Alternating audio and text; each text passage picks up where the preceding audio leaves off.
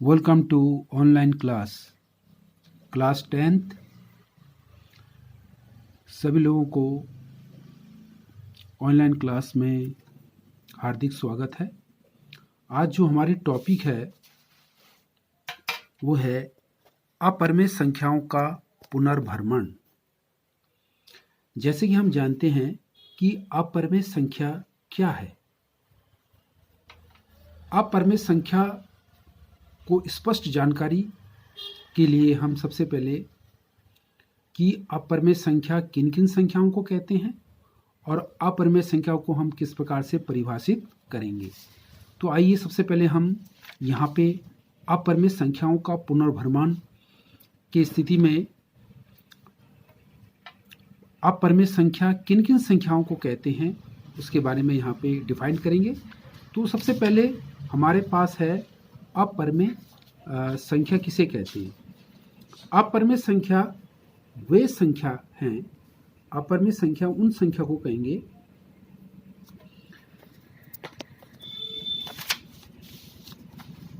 जैसे यहाँ पे डिफाइन किया गया है कि अपरिमेय संख्या वे संख्या जिनका दशमलव प्रसार शांत अशांत, जिनको हम नॉन टर्मिनेटिंग भी कहेंगे होते हैं, और अनावर्ती भी नॉन रिपीटेड होते हैं, उन्हें हम अपरिमेय संख्या कहलाते हैं। जैसे इन संख्या को हम p/q के रूप में व्यक्त नहीं कर सकते हैं, जहां p और q, यहाँ पे p और q क्या है, पूर्णांक है, और इसका जो हर यहाँ पे जो q है, q is not equal to 0 के बराबर होना चाहिए। इस प्रकार अपरिमेय संख्या के कुछ एग्जाम्पल लेते हैं यहाँ पे। जैसे हमारे पास है √2, √3, √15 है, पाई है। यहाँ पे जो पाई का जो संकेत है वो अपरिमेय संख्या कहलाती है। उसके बाद -√2/√3। यहाँ पे चूंकि हमने ऊपर जो है परिभाषित को व्यक्त कर चुके हैं कि p/q के रूप में नहीं लिख सकते हैं, बट यहाँ पे जो हमारा अंश और हर है दोनों अपरिमेय संख्या के रूप में, दोनों ही वर्गमूल के रूप में अगर आ रहा है तो वो यानी कि p/q के रूप में व्यक्त नहीं माना जाएगा। फिर इनका जो दशमलव प्रसार को अगर हम गौर से देखें तो ये जो है नॉन रिपीट है, अनावर्ती है। जैसे 0.10,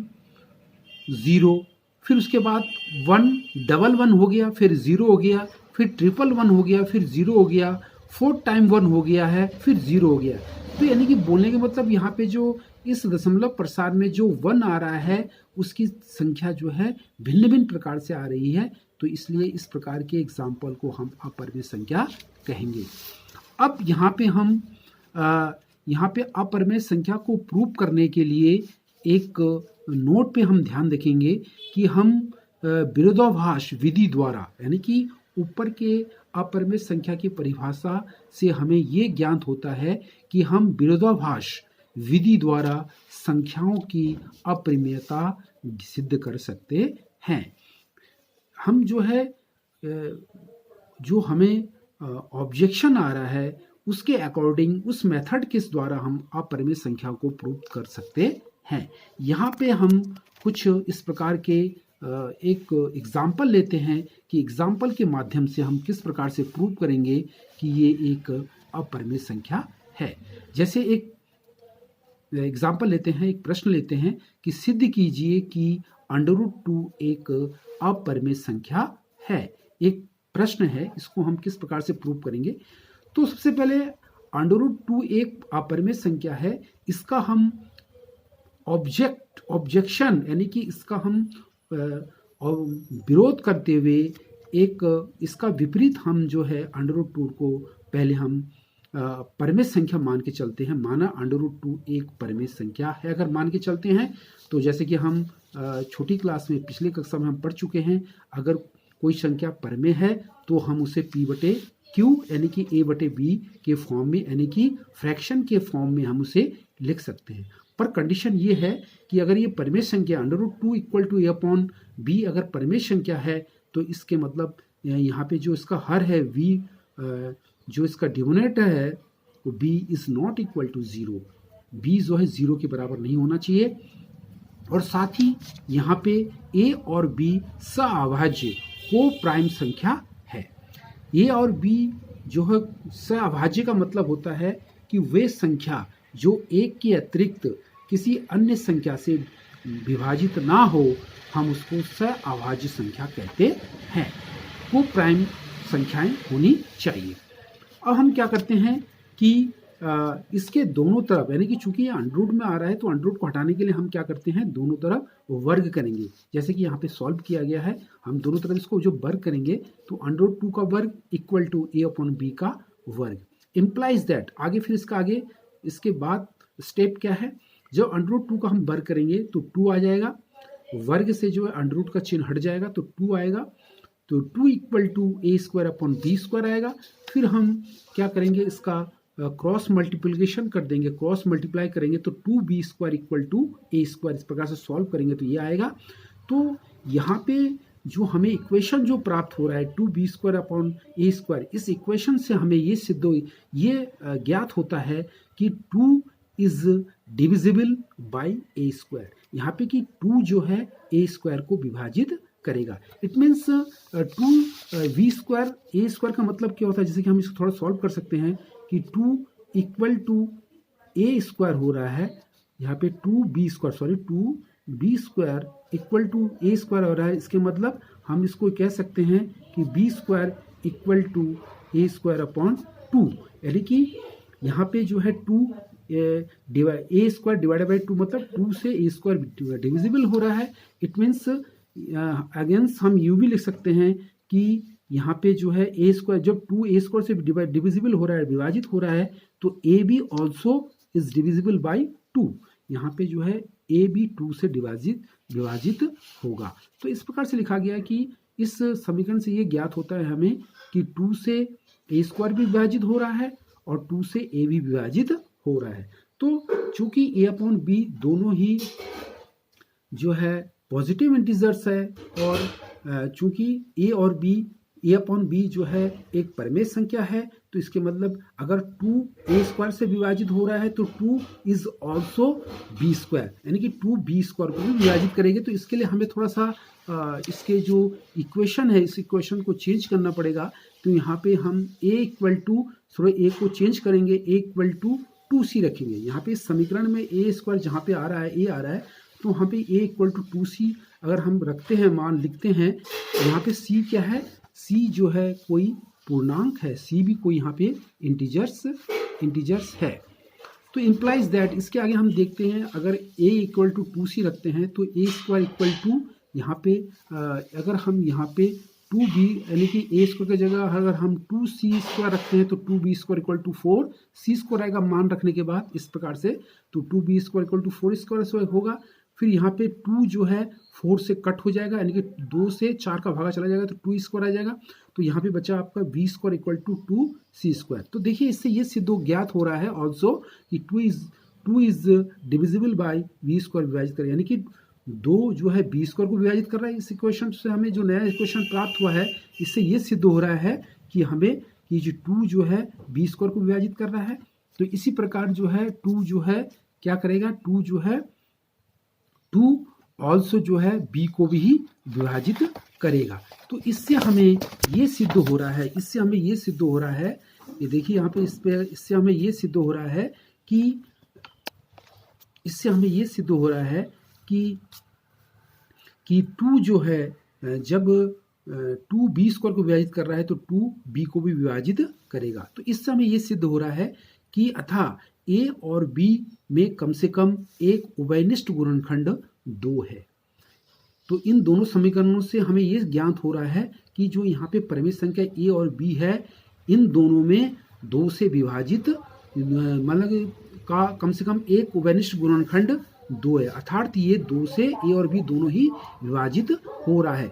तो यहाँ पे ये जो तथ्य है, ये तथ्य क्या आ रहा है, विरोध आ रहा है। क्योंकि ये तथ्य विरोध आ रहा है, क्योंकि जैसे कि हमने ऊपर जो है परिमेय संख्या का जो डेफिनेशन पढ़ा था हमने, ए अपॉन बी जो है परिमेय संख्या जो है पूर्णांक है, हमने अभी पढ़ा था कि पूर्णांक है और साथ साथ जो है ए और बी का जो सहअभाज्य है वो केवल एक ही होता है, 1 होता है, एक पढ़ा था हमने ऊपर। तो इस यह तथ्य जो है इसका विरोध करता है कि यहाँ पे विरोध ये हो रहा है कि हमने ए और बी दोनों में जो है का जो है उभयनिष्ठ गुणनखंड केवल 2 है, इसमें ये आ रहा है, जो कि ये तथ्य बिल्कुल गलत है। जबकि हमने ऊपर पढ़ा था कि ए और बी का सहअभाज्य गुणनखंड केवल 1 है, तो 1 है अतः अतिरिक्त कोई उभयनिष्ठ गुणनखंड नहीं है।